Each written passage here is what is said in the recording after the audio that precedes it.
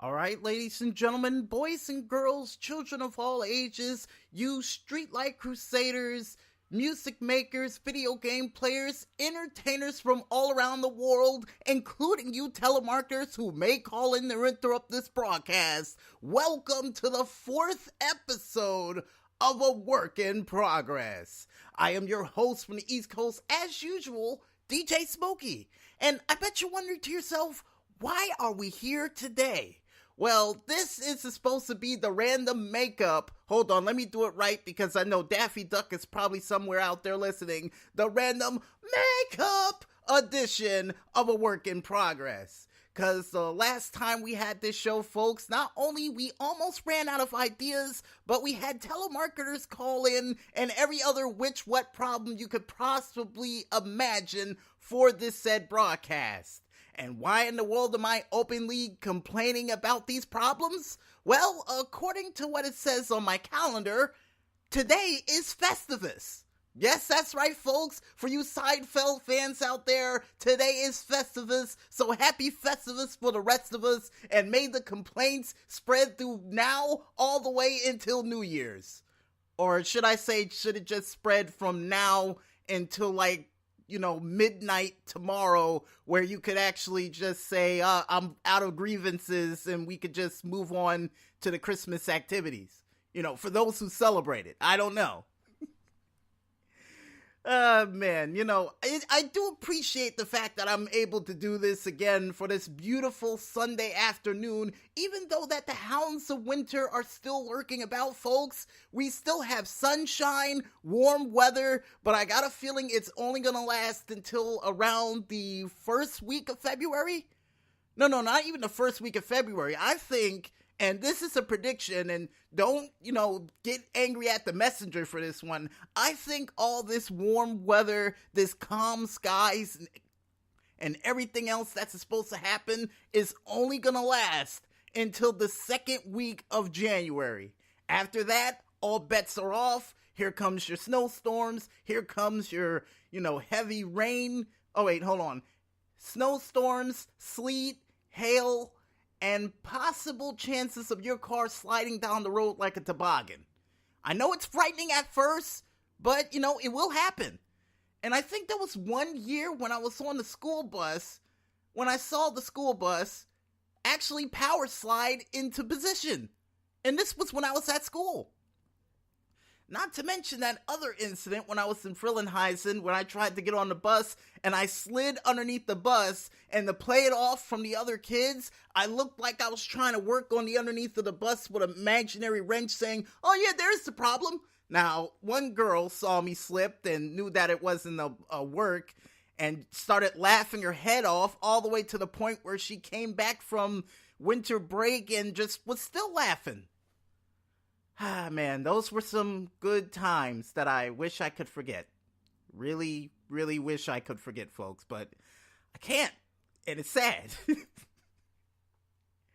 And folks, for you fans of Grand Theft Auto out there, and I almost forgot this, the snow is back. The snow is officially back in Grand Theft Auto Online, and prior to this broadcast, we got in a little bit of shenanigans with that, with us not only doing a whole bunch of races, heist jobs, and other cool and crazy things. I do believe on my journey of trying to, get back into the groove of snow, my friend Jay Meeks, who recently celebrated his birthday, decided in his infinite wisdom to try to blow up a car in the pathway of the snow for the car to power slide toward me after it exploded and blow up in my face. Almost Wile E. Coyote style, folks, so that lets you know how dangerous this snow truly is. But our goal for our friend Jay Meeks is to try to get him to level 200 before this year ends. And I think we only have another, if you don't count the shows we gotta do, because nobody's gonna be online around 3, 4, 5 a.m. in the morning. I do believe we only have another 3 more days to do it. Yeah, only that Wednesday, that Thursday, and I do believe that Sunday, and a little crust of Monday.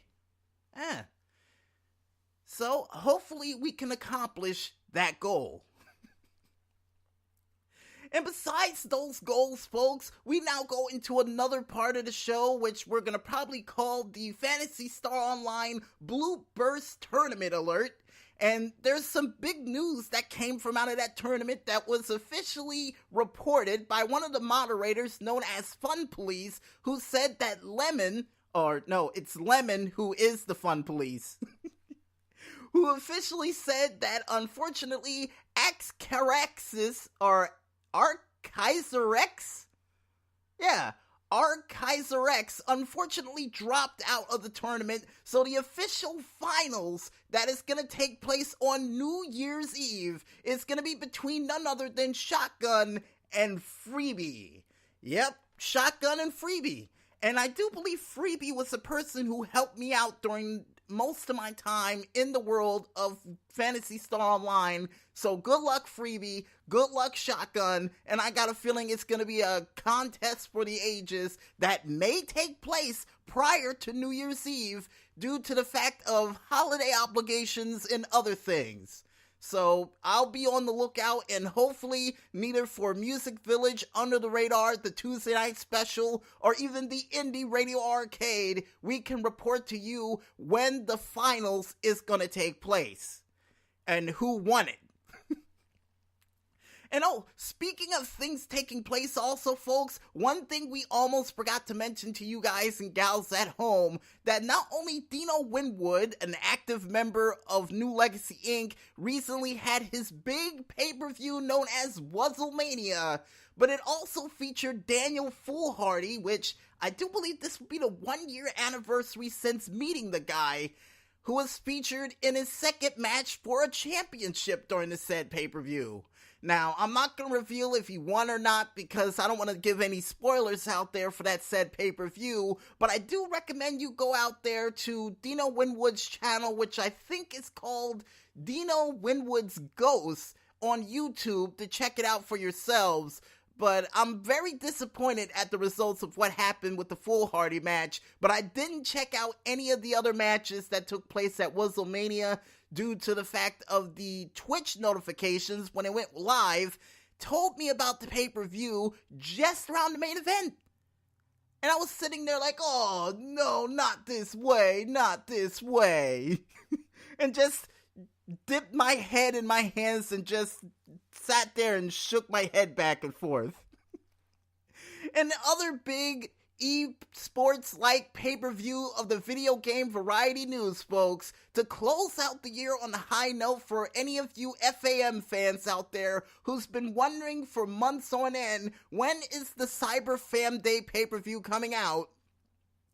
The Cyber Fam Day pay-per-view will be making its debut and return as of December 29th of this year. So to close out the year, the final FAM pay-per-view before the whole merger they decided to go with Star Team is going to take place as of December 29th, 2018. So for any of you who wants to figure out who's going to be in power, what sort of great epic clashes is going to happen with the Hardcore Championship, or anything else along those lines, you're going to have to wait another good 6 days from today to find out that. And in my opinion, I do believe Ron Buster is going to stay in power in that said company, but anything could happen in the world of FAM because he was the same person who beat Rannick, which I never thought would be possible, but yeah, it happened. And in other major news, and I think since we're already on the news portion of the show, we might as well continue it on. Steve Dash, the Jason Voorhees for Friday the 13th Part 2, unfortunately died this week, or more or less last week. You know, some people consider Sunday as in last week or this week, which confuses the hell out of me, even though it's still a part of the last week, but I still think it's this week. Alright, enough with the time confusion. Jason Voorhees from Friday the 13th Part 2 unfortunately died last week at the age of 74. And yeah, it's very sad. And the only reason I figured out this news, folks, is because my friend Jay Meeks, who is an avid horror movie fan, came up to me and told me that the guy from Friday the 13th Part 2 unfortunately died of complications from diabetes. And it's so sad to hear that a horror movie legend like him unfortunately went. And one of my friends, and this was a guy I went to school with when we went to Lewis Mars Park, told me that his mother was victim number 2 in the said film, which is awesome. And as a little side fact, and not to take the attention away from this legendary man who played Jason Voorhees in Part 2, I do believe Lewis Mars Park was used during one of the dream sequences from the classic Nightmare on Elm Street scenes. Not bad. A little historical fact for you out there. So if you go to Lewis Mars Park in New Jersey and you happen to go through there and you look at the tape from one of the Friday the 13th and say, hey, that looks familiar, there you go. You're welcome. And on behalf of A Work in Progress and everybody here, a part of all the shows that we've done, to Steve Dash, may your work live on forever, and may you forever rest in peace. And not to mention, I do believe he is one of the key reasons why you see the guy with the chainsaw in Resident Evil 4 with the sack over his head, because it probably got inspiration from this. And it always used to creep me out, the way that he had the sack over his head and the one eye exposed in the movie. Yeah, some very weird stuff. And the sad part is, I had started with this movie last. My first Jason Voorhees movie was Jason Lives. And then I went to Jason Went to Manhattan, then Jason X, and then when they had a horror movie marathon, I just went all the way down through all the Jason movies, or Friday the 13th movies that I missed. And does anybody think it's weird that I called the Friday the 13th movies Jason movies? No? What about you, Maestro? He calls all the Nightmare on Elm Street movies Freddy movies, so yeah, I think we're all in the same boat here. And in other news, folks, and very important news, once again, to report yet another sad death that took place. The man who played in the movie The Thing, Donald Moffat, or Moffat? Hopefully we're saying his name right, not putting too much disrespect on his name. He unfortunately died last week at the age of 87 and was also featured in Clear and Present Danger as well. And he unfortunately died due to complications stemming from a stroke. Steaming. Right. And he was one of my favorite actors in the movie The Thing, besides the other guy who was featured in it, who played in Escape from L.A. as Snake Plissken, along with, I do believe, Keith David, who was featured in that movie as well. And one of my favorite scenes he was featured in is when they were all tied on that said couch when he was testing the blood, and he said, well, your blood's not it, we're going to be testing yours next, and that thing just happened to bounce off the couch, and they were all screaming, and he said, you know what, well, after everything that happened, I don't want to spend my entire night tied to a freaking couch! Which I always thought was funny, because he started off calm and just went all manic with it, which was absolutely hilarious. So, Donald Moffat, may your work live on forever, and may you also forever rest in peace.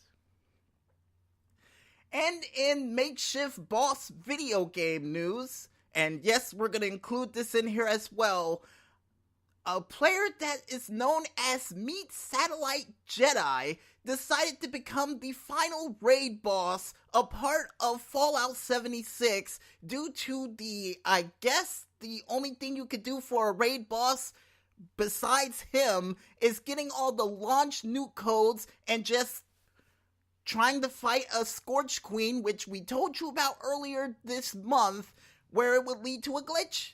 So he decided to say, and I quote, "I am your raid boss, I am your content." So for his raid boss, he would end up locking himself in a makeshift bunker, having a whole bunch of people come after him and just try to duke it out to fight him. Yeah. And not to mention, he has a bounty of well over 1,000 plus caps on his head already. So I think he's starting to become the Stampede of the world of Fallout 76. Because, Vash the Stampede, for those who don't know, had a $1 trillion bounty on his head after what he did prior to becoming a good guy.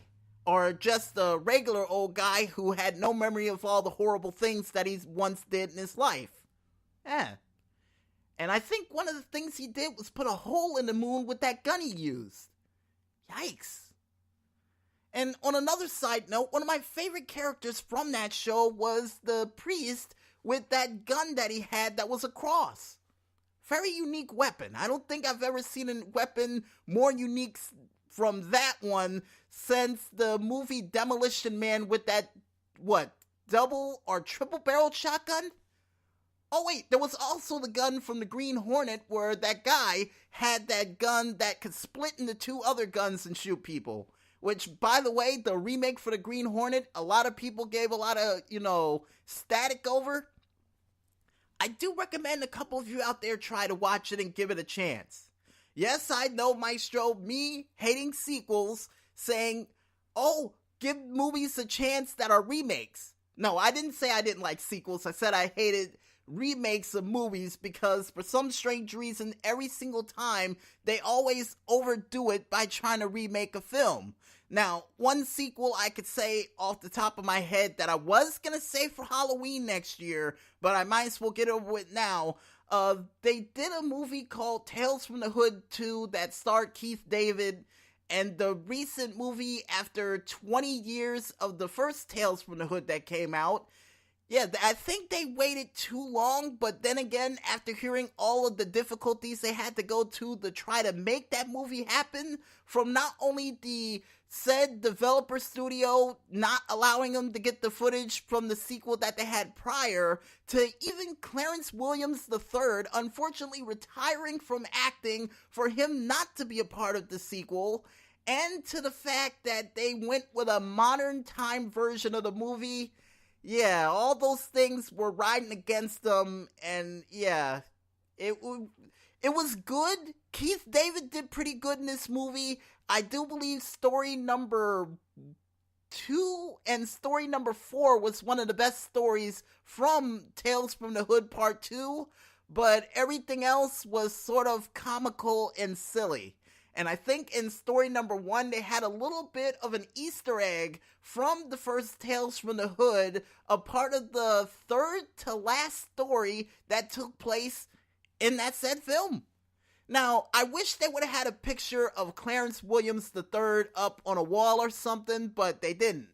And I think for them having a robot attack people in that movie was another thing that went against them in Tales from the Hood too. And I think they should have stuck with the whole mortuary thing since that was their big deal.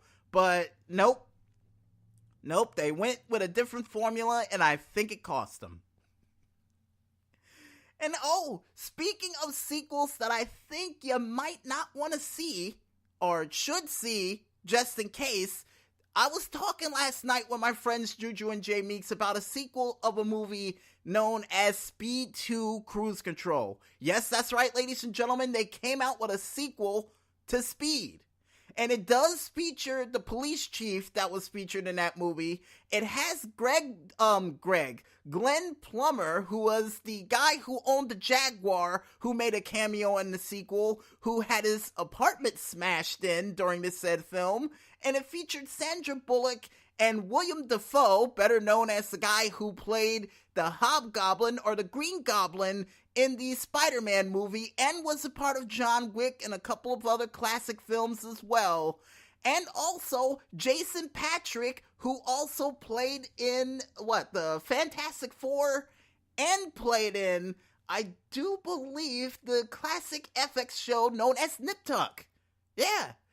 But even though it had all those actors, my God, the movie didn't feel the same. It wasn't because it didn't have Keanu Reeves or anything in it. I still think that a giant boat going out of control, not really the best idea Speed should have went with. If anything, I would have loved to see, well, not a plane. I was thinking about it. Nope, not a plane. I would have rather seen a train. Probably because of my overlove of trains, I would have loved to see a train again in the movie Speed as the main focal point of the movie. Like, I think we did something like this for one of the, movie previews, saying that the Mad Bomber had a son. He would come back for revenge after his father would get killed, and then try to take the people out on a train. A bullet train, nonetheless. Heading to, I guess, Osaka or something like that? I don't know. They could fill in the blanks. But I think that would have been a lot better than the movie they went with. But, hey, it exists. And it did good in the theaters, I think. Nope, apparently according to what it says for the IBD or IDB movie stats, this movie only made $164.5 million with a budget of $110. Oh, wait, it broke even. Never mind, it did do well. Right, I'm wrong. Oh, man, I thought I was wrong, and a lot of people, and I'm still trying to wonder why in the world Keanu Reeves wasn't a part of the movie, but I think I'll never know. We'll have to find that out another day, because another thing that we wanted to go into for this said show that we couldn't really talk about last week, folks, was the fact about Max Payne 2, Driver 2, and a couple of other games, because a couple of you out there asked me some very, very interesting questions that we couldn't answer on Music Village for this week, and I might as well go into them. Alright, Maestro, you got the letters ready? The letters. You got the letters ready. Right, thank you. Alright, first one up says, Dear DJ Smokey, did you ever get your sister that game from the last video game stories you told? If you mean frequency, nope, I decided against it. And the only reason I decided against it because we finally saw what the game soundtrack was, and we said my sister would go absolutely insane if she had to pay or try to do any of these remixes for any of these songs. And a couple of the songs on there featured not only Power Man 5000, Dub Pistols with their song Official Chemical, which I think was featured in the sequel to Matt Hoffman's Pro BMX 2, which I'm still trying to look for that game, by the way, for anybody out there who know I did a video game story on it prior and was supposed to do another video game story when I fought a molten magma monster. Yeah, still looking for it. You also had Acrobatic with their song Exterminator, The Crystal Method with The Winner, Orbit with LXLR R8, or 8R8. Yeah, we'll go with the second one. No Doubt with their song Ex-Girlfriend. Not bad. Low Fidelity All-Stars with their song Lo-Fi in Ibiza. Orbital with their song Funny Break, One Is Enough. DJ Qbert, which is the song that was in the demo. BT with Smart Bomb. Curve with Worst Mistake. Jungle Brothers, which was also in the demo. Meat Beat Manifesto with their song Dynamite Fresh. See, all of these songs that was featured during the game, which was just well over 27, would have been great for her to try to play, but like I said before, after the last time we saw her, and she looked like Wolfgang Amadeus Mozart, trying to stay up 14 to 16 hours to play a game to perfect the song beat, nope. And not to mention, I really don't want to see my sister snap a disc in half again and throw it into a rogue plant, because, I would put a lot of love and appreciation into a game, and if she snaps it in half because she went mentally insane, it's not fun. It's not fun for me. I mean, it'll be funny, but the shipping and handling and the price for the disc itself would not be funny. Alright, what's the next question, Maestro? Dear DJ Smokey, is Mr. Crowley still stuck in your head? As a matter of fact, yes it is. Cause prior to trying to do the Music Village Christmas CD, which we're still working on for this weekend, folks, apparently I was trying to do on the keyboard the song Mr. Crowley for a good 3 hours and didn't know why. Then listened to the song Mr. Crowley for a good 2 hours, and then listened to people trying to do a cover of the said song in a church for about an hour and a half. So, thanks, sis, for getting that song stuck in my head still to this day. It's not funny. It's not funny at all. That's a problem now, because subliminal messaging. Ugh.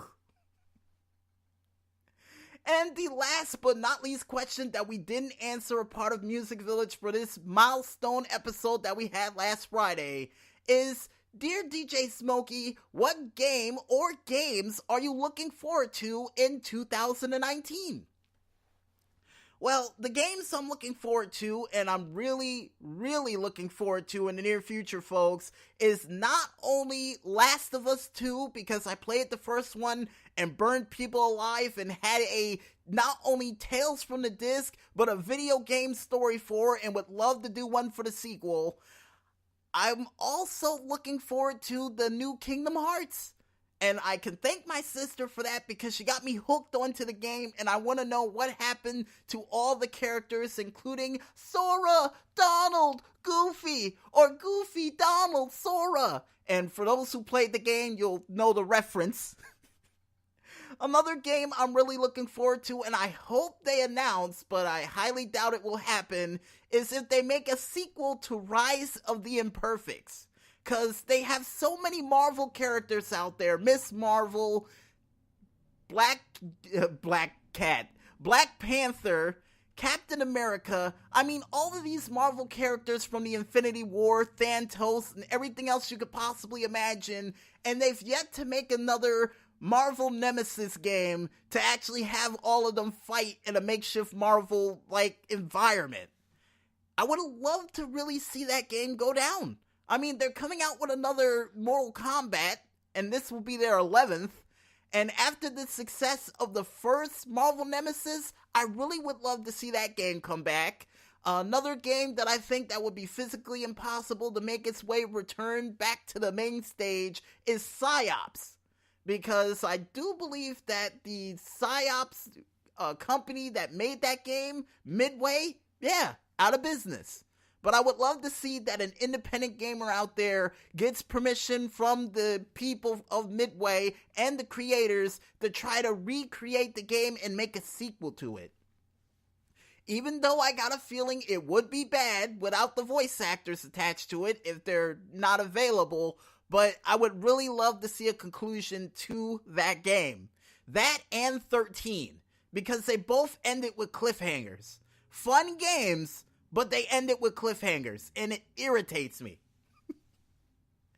Oh, and another game that I'm really looking forward to in 2019, I think I'm out of games that I'm looking forward to for next year.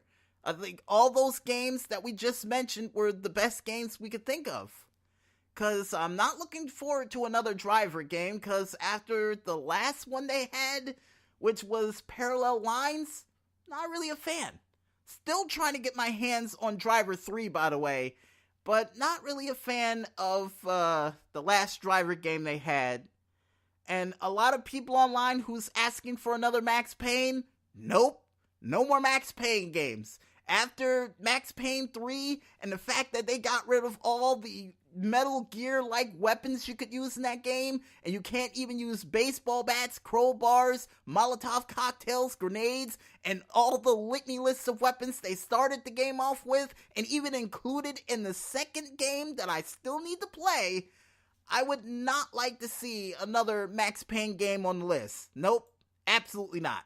So, just get that thought out of your head, folks. No more Max Payne games, because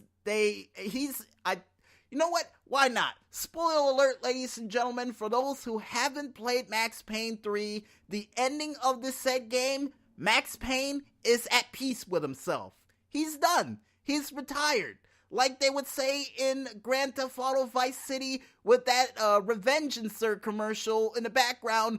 I'm a man of peace. I'm done killing. I got a family. Well, he don't got a family, and oh man, I feel bad saying that out loud about Max Payne. But yeah, he's done killing. He's done. He's at peace. Off in some faraway island away from New York / New Jersey, getting shot by a whole bunch of gangsters. Leave him be. There's nothing left for this man. And I do believe he killed the people who killed his family already, so that's enough. He's done. Man, I wanted to get that out of the way now, just before we go any further into a wild rant about, the Max Payne series, but yeah, that's it. He's done. And OHP, for you fans out there of heavy metal covers, has made another song as of last week off the classic song from MTV of the 90s variety, Vertical Horizon's Everything She Wants. He did a cover of that song, and it was absolutely beautiful. And I even told him his metal covers are something I really look forward to on a Thursday afternoon. Yes, because every Thursday, he comes out with a new cover of every single song he could possibly think of, and we're still waiting on pins and needles. We got one more Thursday left in us for the year for him to do a cover of Gary Numan's Cars. I really do have my fingers crossed, folks. So hopefully he does a cover of that song. And a holiday cover song for you fans out there, and I need to look up the artist's name. And this was one of the songs we were able to snag from iCompositions.com before the site went under. Was a song that my music teacher or music theory teacher brought to our attention.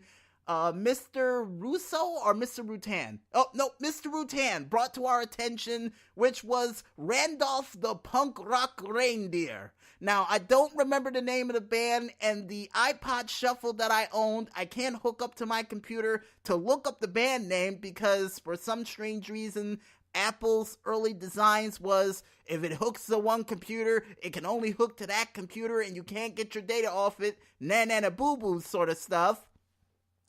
But this song was absolutely wonderful, and it does get me in the holiday spirit. Now, the other song I wish I could have gotten was this guy reading The Raven to Mortal Kombat. Yeah, and had the whole Mortal Kombat theme in the background and the character list being read off at the same time, which was pretty cool, but never got a hold of that song. I think my friend Matt got a hold of it, but I didn't. And it would be a little embarrassing to go back to my old high school and say, hey man, did you get to cover that song? I would really love to listen to it. And, a couple of my fans out there want to listen to it too, man. Can you have it? Yeah, no, that would not be a good thing to do. I mean, it would be good to visit them, but at the same time, nope. And with that, folks, we now go into the high scores for this week. And the first high score that we have up, and the reason why we're going to the high scores for this week is because the Tuesday night special is absolutely jam-packed. So we don't have any more room for the high scores to be mentioned unless we do it for Friday. But we realize we have an Indie Radio Arcade this upcoming Sunday or Saturday to close out this year on a high note, so we'll mention them on there as well. So, without further ado, first high score. The first high score that we have up comes from JML 101-582 with his high score of 15,020 in the classic Namco Museum Virtual Arcade Sky Kid Deluxe. Nice. Next high score we have up, another classic game I love to play, from Eddie Nice Guy, nice name by the way, with his high score of 11,650 in the classic game The House of the Dead Overkill mini games Staying Alive for the Wii. And yeah, I need to get back into that game. If only I can call up my sister and we could do it online, but I highly doubt we can. Next high score we have up comes from the Midway Arcade once again with the classic high score of 12,750 from Pixel 1 are Pixel 0501 during the game Joust. Next high score we have up after that comes from none other than Gaz Halley with his high score of 223,320 in the classic Sonic the Hedgehog 2 for the Genesis, a part of the Mega Drive. And the last but not least high score that we have up for this week, folks, comes from none other than G. Tibble, another mainstay for the high scores that we mentioned for the Indie Wall of Fame, with his high score of 19,560, a part of the Konami Arcade Classics Super Cobra. Now, for some strange reason, I have the G.I. Joe Cobra theme buzzing in my head right now, and I can't make it stop, so I'm just gonna go on with what we have next for the show, and... Oh! Thank you, Maestro. There's the bell that'll interrupt that G.I. Joe music for just a little bit, because it's time for us to get out of here and vamoose as always. So, we love the fact that you guys listened in to this Festivus edition of the Work in Progress, even though it's called A Work in Progress. And for any of you out there who wants to listen to this show who didn't get a chance to listen to it live, you can head on over to our Spreaker page, Facebook, SoundCloud, Tumblr pages, all named the same. I thought we had another page in there, that's why we had a little bit of a pause, only known as Music Village Radio. And if you also want to figure out what other crazy and zany things that we still got prepared for the remaining days of this AC December, almost like us doing a dramatic pause like Calculon from Futurama, you can head on over to our Google Plus / Twitter pages, only known as the Double O Agent 0012. And before we head out for the day, like we just said earlier, we would like to thank you, the fans out there, for listening in to this special remake makeup edition of A Work in Progress. And besides them, we would like to thank as well you, the independent artists out there, for delivering that musical goodness like you always do, even though it was only one artist, but in the future we will have more added to that list. We definitely thank you for contributing your music, and here's hoping in the near future that we can have more of your songs featured on this show so we can boost the time up to 3 hours to have a full broadcast with your music and my nonsense. Or crazy nonsense, as one person called it online.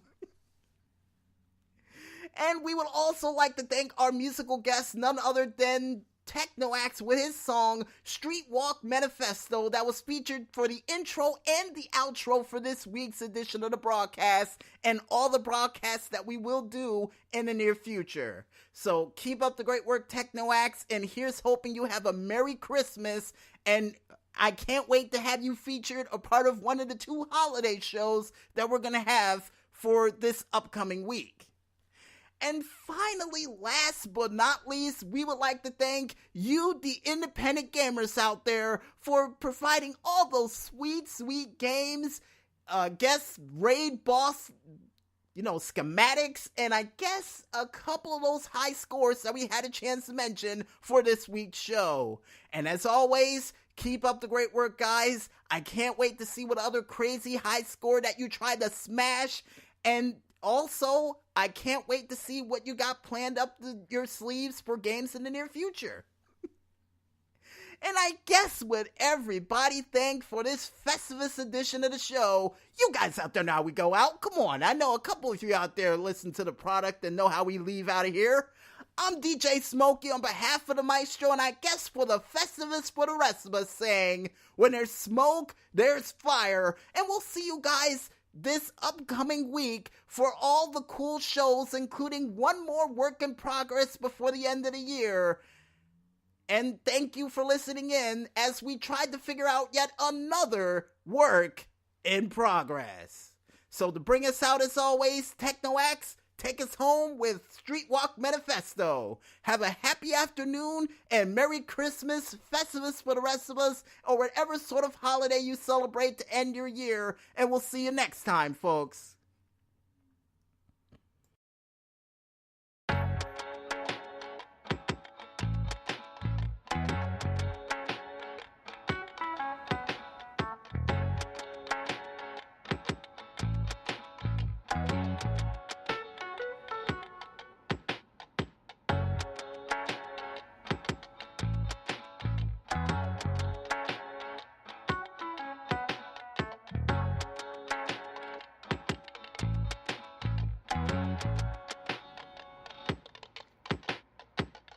Walk down the street, saying hello to the people I meet, and I'm killing my love underneath the sun, triggering down like the smoking gun. Yeah, I ain't got no plans, just a rusty voice and an empty gas can. My car's broken down a mile behind, and I've got my life set on rewind, baby. I ain't got no plans, just a rusty voice and an empty gas can. My car's broken down a mile behind, and I've got my life set on rewind, baby.